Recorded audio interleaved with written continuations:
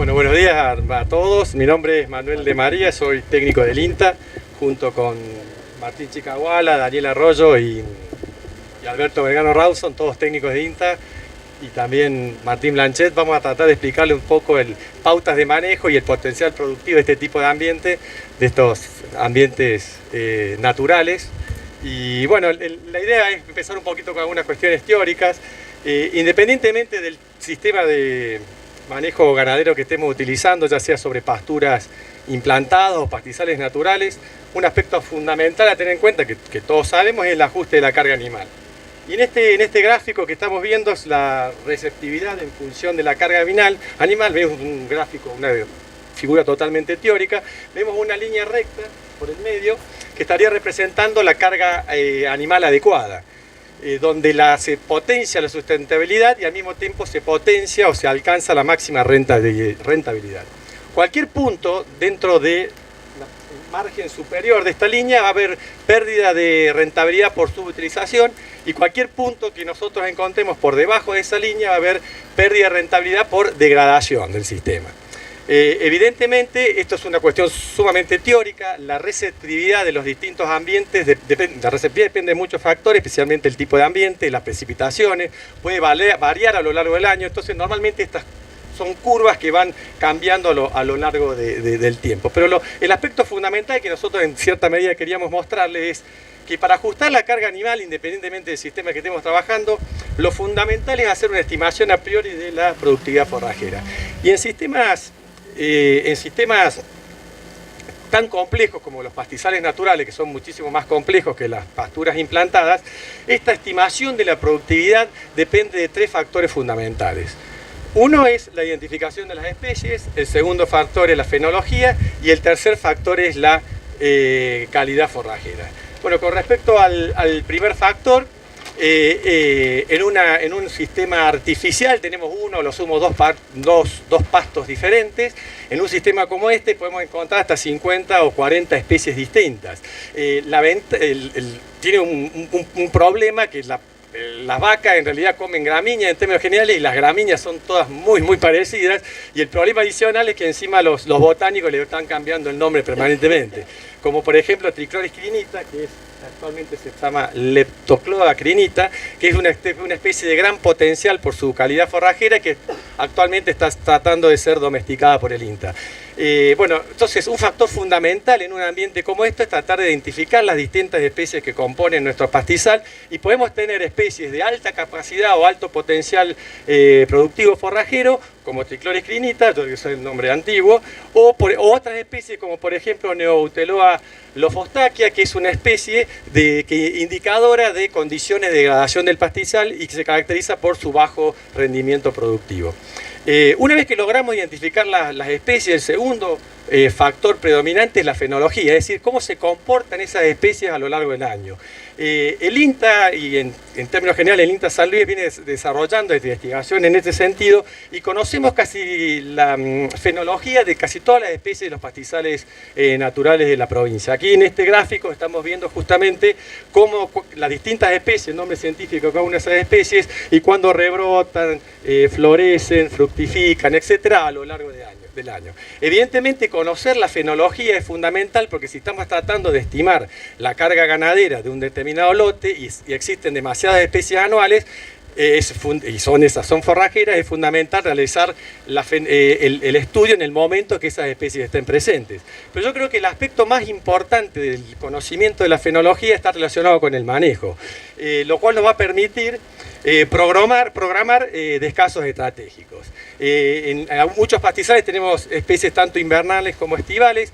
Una de las características de estos ambientes es que solamente existen especies estivales, es decir, que se desarrollan y se reproducen durante el periodo estival, y por lo tanto eso simplifica en gran medida el manejo, en cierta medida. Entonces, si nosotros queremos aumentar el potencial productivo de un lote, evidentemente tenemos que programar algunos descansos durante la época estival. Y la combinación, ustedes ya han visto los otros lotes, entre buffelgrass y pastizales naturales nos permiten utilizar el buffer glass durante el periodo estival y descansar todos estos pastizales naturales durante el periodo no estival y usarlos como diferidos porque tiene esa capacidad o ese potencial de ser utilizados de manera diferida. Entonces, en este caso en particular, la fenología quizás no sea tan importante porque podemos trabajar de esa manera, pero en muchos otros pastizales la fenología es un factor muy importante. Y el último factor, pasamos, sería la calidad forrajera de cada una de estas especies.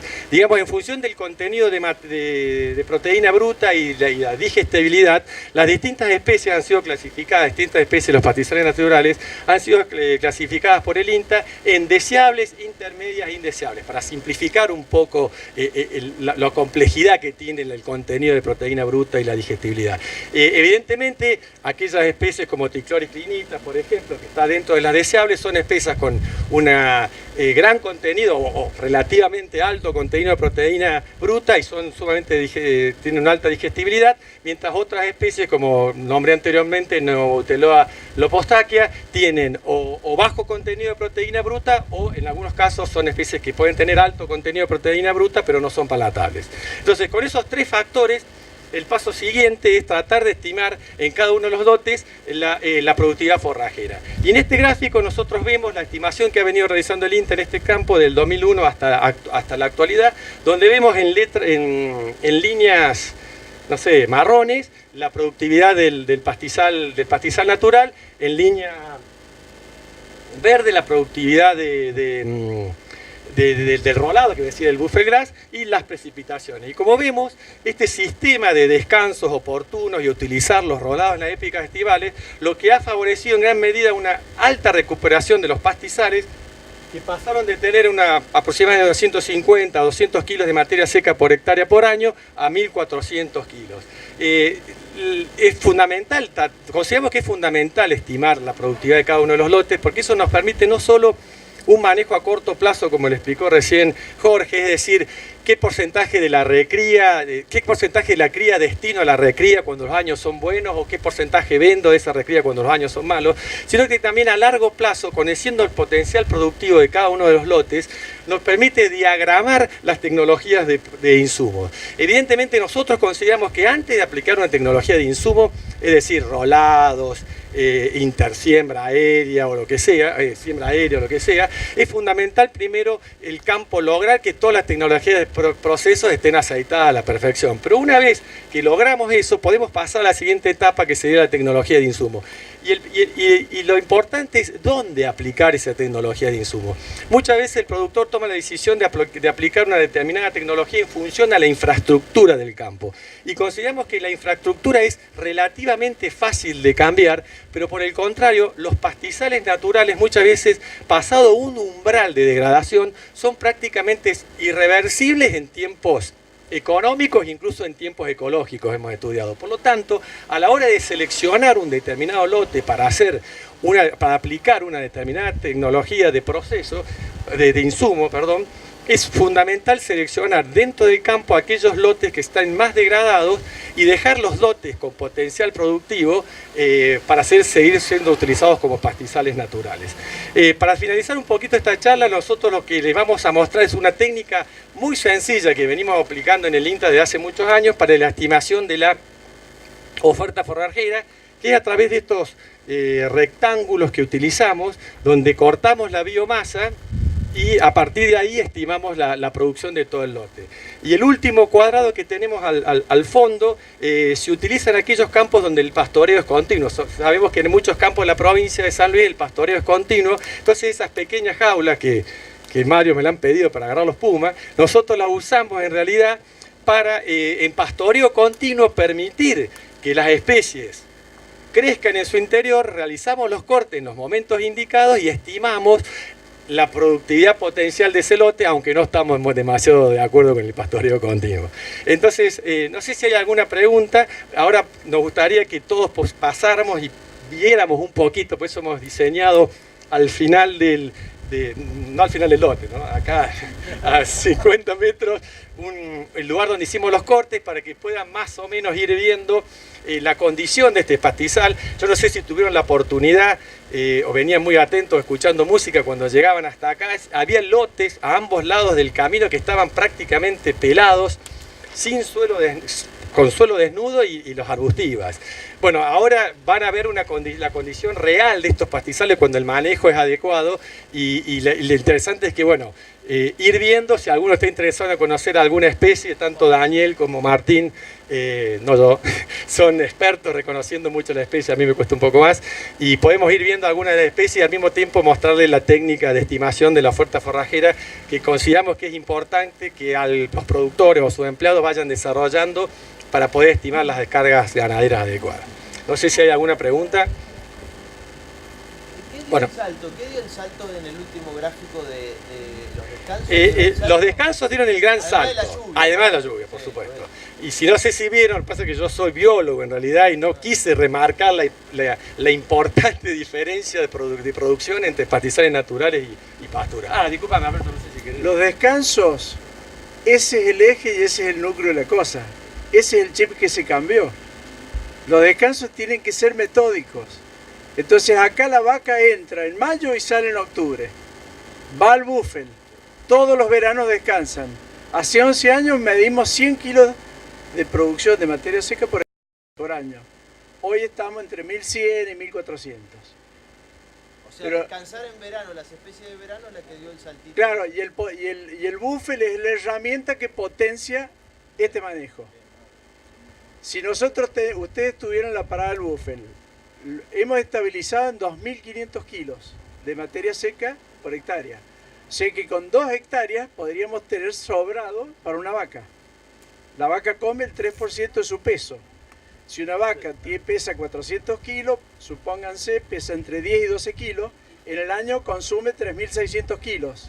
Bueno, lo que ustedes vieron en la parada de búfel, hay búfel de 4.000 kilos y hay búfel de 2.000 kilos, y vieron un búfel que está comido, digamos. Bueno, eso provocó lo que van a ver ahí, que me parece que es el éxito. Acá no hubo plata, hubo tecnología de procesos, nada más que tecnología de procesos. Insumos, obviamente, con la parte del búfel. ¿Y qué superficie tiene de campo natural el campo El 79% y el 21% de buffer grass. O sea que el salto lo dio el campo natural. Pero por supuesto, por supuesto. La dio el campo sí, natural. sí, está claro. ¿Se van a quedar en esa línea? Y no sé, hay que preguntarle a Juan Carlos enseguida en la carpa, ¿qué quiere hacer él? Lo recomendable hasta ahora es el 30% de búfel versus 70% natural. Lo recomendable porque en gran medida se toma la tecnología, la vieja tecnología del INTA del pasto llorón, 30% de llorón, 70% de natural. Hay una discusión importante con respecto porque el búfel difiere mucho mejor que el llorón y bueno, no quiero entrar en eso ahora, pero calculo que se puede. ¿Qué pasaría con todo búfel? Mira, yo como te digo, soy biólogo. Desde el punto de vista ecológico hay muchísimos factores, está la ley de bosques, pero desde el punto de vista netamente productivo, tengo mis dudas de todo búfel. Tengo dudas. Desde el punto de vista netamente productivo, no sé si no sería totalmente factible como la combinación llorón digital en el sur. Pero bueno, es una discusión. Sí, disculpa. No, sí, el búfel es una herramienta de complementación y no de sustitución. Todos los pastizales introducidos por el hombre, siempre tenemos que respetar lo que es la naturaleza, lo que es el pastizal del lugar, que puede ser este o puede ser cualquiera. El éxito es saber manejar bien la pastura natural del lugar, complementada con búfel.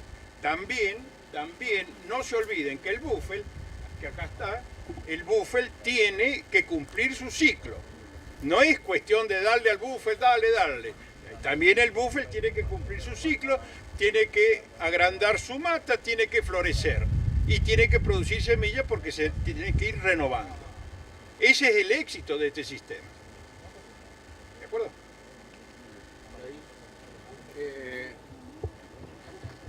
Si les parece, podemos recorrer un poco ahí. La cantidad de biomasa forrajera. Es decir, siempre, mientras más muestras hagamos, obviamente el error se achica y siempre vamos a estar más cerca de la realidad. En este caso, como pueden ver, bueno, ahí está cortado, después se acercan, es esta la cantidad que obtuvimos de ese marco, ¿sí?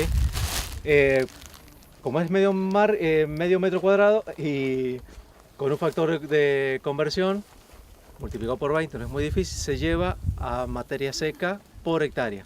En este caso es 1400 kilos, esa es muy buena producción. Estamos hablando de los mejores lotes de este campo, pero bueno, es porque estamos en este lote y o sea, acá no hay especies que estén especies claves de un ambiente degradado, ¿sí? Son todas especies muy buenas. En este caso, en este marco, son todas forrajeras y bueno, son herramientas muy buenas para, como ya les dije, para tener una idea bien acabada de cuánto es la producción. No sé si todos lo conocen, esto es el Dauermir, que nos da densidad y cantidad de especies en el campo. También es otra herramienta aplicada con esta de corte que nos da una impronta de lo que tenemos de biomasa forrajera. ¿Qué más? Sí, lo único, el grupo anterior había mucha gente que trabajaba bastante con pastizales, se hicieron muchas preguntas. Nosotros lo que queríamos mostrar es una manera sencilla de hacer una estimación forrajera, entonces lo que faltaría explicar es cómo hacer la distribución de estos marcos, ¿no? A lo largo del potrero. Nosotros normalmente lo que hacemos para simplificarlo es dividir el potrero en tres secciones, una cercana a la aguada, donde los procesos de degradación son más marcados y por supuesto la potencial forrajera es menor, uno en el intermedio del lote, alejado X distancia en función del tamaño del potrero, y uno bien alejado. Evidentemente, mientras más nos alejamos de la aguada, el potencial productivo es muchísimo más alto. Después se puede hacer una media de todo eso y sacar más o menos una estimación general de la oferta forrajera del lote en su totalidad. Existen muchísimas otras técnicas, lo discutimos mucho con el anterior grupo, cuando uno ya le paso directamente a la sofisticación un poco más elevada para no andar con el intermedio. Lo que nosotros usamos muchas veces es imágenes satelitales, se puede usar índices verdes o hacer una clasificación de una imagen satelital donde uno le indica a la imagen la cantidad de clases diferentes que quiere observar en función de lo que ha visto. Entonces puede clasificar un campo en 5, 6, 7 ambientes diferentes con la superficie de cada uno de esos ambientes. Lo que hace es estratificar el muestreo dentro de esos ambientes y después extrapolar la información que se obtuvo de biomasa, forraje y masa a todo el campo en función de la superficie que ocupa cada ambiente. No sé si lo expliqué muy sencillamente, pero... Están de la aguada acá. 2000 metros, 1500 metros a 2000. Es un cuadrado dividido en 4 potreros Por eso iguales. tienen el volumen ese que tienen. ¿Eh? Por eso tienen el volumen que tienen. No, nada que ver. ¿Cómo? En la aguada del sacrificio no tienen Disculpe. menos pasto. No, está bien. Su apreciación está bien, no. Pero en este caso, el 17 años de manejo del pastizal en este potrero da esta manifestación. El agua está en una parte central y en este caso este potrero tiene muy cerca donde estaban las vacas. También pueden tomar agua ahí. Pero en general se usa solamente un sistema de aguadas porque allí se le da una sal proteica muy mínima, ¿viste? El factor de uso que calculamos nosotros despreciando va entre el 10 y el 15% en casos extremos. Pero este potrero se maneja desde abril-mayo, que entran las vacas con cría, hasta octubre, noviembre, que ya no queda nada. Haciendo estas picadas de verificación de que el pastizal se va comiendo de la aguada para acá o viceversa, ¿cierto? Entonces el desperdicio que supuestamente estamos hablando es real, porque en este campo no se pastorea a full para que no quede nada. La famosa ley del puño para el manejo de pastizal es una regla fundamental en este manejo. Ahí no lo han aplicado. Pero no está medida, no lo hemos medido. ¿no? O sea, Porque nosotros a esto le aplicamos... explícale es que a esto nosotros siempre se corta así. ¿Por qué? Porque se toma biomasa total y después se van haciendo, de ahí se va sacando el factor de uso, distintos valores se van, ¿sí? Cortamos medio rack y que sobrevive. De todo. Dani, por favor, más o menos, a ver, preguntaron por las especies. la distribución de especies que en esta condición, que es una bastante buena la condición, tenemos un 60% de Trichloris crinita, un 70% de Papophorum cespitosum, un 40% de Gowinia y Cetarias. Después hay otras especies acompañantes que acá no se manifiestan tanto porque la condición es bastante buena y estas otras las tapan un poco, ¿no? También aparece otra especie que normalmente no aparece en un campo degradado como el del frente, que es Coatea papophoroides, que es de buena calidad también, pero de poco volumen. En este que cortamos acá había 3 especies nada más: Digitaria californica, Papophorum y Trichloris. Una pregunta, a ver si vos me pudieras clasificar en orden de predominancia, por un lado, ¿cuál es la especie predominante? Eso por un lado, en cuanto a productividad. Lo tenemos en el... Eso depende de la condición del lote. Está bien, pero en este campo en particular, ¿cuál sería la especie? En este lote la que predomina es Papophorum cespitosum. Y Trichloris crinita viene en segundo lugar. Sí. ¿Y en orden de importancia agronómica? Trichloris es un poquito más deseable. Disculpa, no te escuché. ¿Qué porcentaje le podés atribuir? Digamos, ¿qué tan importante es para vos Trichloris en este campo? En este campo es un poco más de 50. Sí. En la hoja están Sí. detallados por Sí, el lo porcentaje. que pasa es que No, lo que pasa es que la importancia de la especie depende de la relación volumen-calidad y de la cantidad de plantas que tenés en el lote, que después va a ser esa la especie clave que vas a tener en cuenta para manejarlo. Una apreciación muy buena que se hizo en la otra charla es que siempre recordemos que nuestros pastizales naturales no coevolucionaron con grandes mamíferos herbívoros como de África, como sí lo es el buffalo grass, que viene de allá, ¿sí? Entonces, bueno, no están adaptados a semejante pastoreo, por eso ya hablaron suficiente del manejo, los descansos, sobre todo, comer en diferido, bueno, etcétera, ¿no? Sí, por ahí eso hace que muchas especies que normalmente en un potrero que no se puede pastorear, digamos, lo que está permitiendo Buffel en este campo es hacer este descanso de todos los veranos. Entonces hay especies que si se pastorearan durante la estación, difícilmente la veríamos. ¿Sí? Acá vemos abundancia, no Papophorum más o menos se van con pastoreo, pero hay especies que vemos acá que no estarían presentes, no digo en un mal manejo, en un buen manejo, pero que no puede dar todas las estaciones de crecimiento de descanso. Una pregunta. Sí, disculpe, un segundo. Las heladas acá, ¿y esto se hela todo? Los que son del campo. ¿Cómo es la pregunta? Que sí, se hiela todo. Ah, las heladas tenés. ¿Y acá se hela todo? Sí, porque son todos pastizales de crecimiento de verano. La primera helada te marca el límite y la última helada y las primeras lluvias de octubre-noviembre te da el comienzo del ciclo. Entonces, aquí en esta zona. La fecha media de primera helada es más o menos el 15 de abril. Lo que pasa es que en un lugar más protegido y qué sé yo, capaz que no se llega a helar si no es muy fuerte, ¿sí? De todas maneras, este otoño que estamos teniendo es particularmente bueno, digamos, pero al principio es más o menos esa época. Lo que sí se nota mucho, que quizás no notaron, es que acá hay muchas especies ya entregadas casi por ciclo, o sea, están muy espigadas, ¿sí?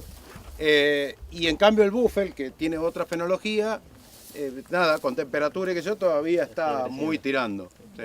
Perdón, Sí. no sé si quieren agregar algo. Acá una pregunta. Quiero preguntarte el poder alimenticio y cómo le llamas esto. Esa es manea caballo. No, este es marea. Sí, Cordovia. Este es muy buena, es una que aporta mucho. A ver, Cordovia le llamamos. Cordovia, sí. el género Cordovia y Manea Cabe. Nosotros acá en la zona es Zampilla. No, eso se llama acá de Por enredadero. eso es el que Enredadero, sí. siempre, Es muy buena. siempre que una especie, en este caso que no sea una gramínea, aporte proteína, aumenta el consumo y digestibilidad de otras especies menos deseables, ¿sí? Por eso siempre es tan bueno tener asociado cualquier tipo de especie buena en proteína. Muy bien, gracias. Sí, ¿querías hacer una pregunta? Tenemos para una pregunta más y nos vamos. está apurando el bagre. Está apurando el bagre. Allá. Invernales autóctonas. No hay. En este campo no. Nada. No, Imagínense que en la la zona lluvia- de los departamentos de Ayacucho, Belgrano y Norte Capital, todas las especies de invierno desaparecen y solamente son pastizales de verano, ciclo verano.